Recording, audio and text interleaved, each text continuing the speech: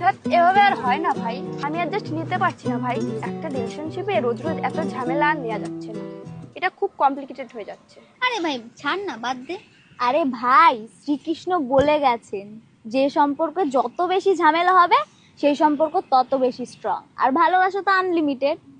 সম্পর্কে যত বেশি ঝামেলা হবে বৎস, সেটাই তো প্রেমের উৎস। ফালতু যত সব। শ্রীকৃষ্ণের তো খেয়ে দে কাজ নেই এইসব কথা লিখতে যাবে। আরে না রে ভাই, সত্যি এগুলো। হ্যাঁ ভাই, এটা সত্যি। তোরা তো শুধু বলবি, ও তো শুধু ঝামেলা করতে পারলেই বেঁচে যায়। আজ এখানে যাবে না, কাল ওখানে যাবে না, আজ এটা করবে না, ওটা করবে না। আর ভালো লাগছে না ভাই আমার। চল ভাই, চা খেয়ে আসি। চ, নে ধর।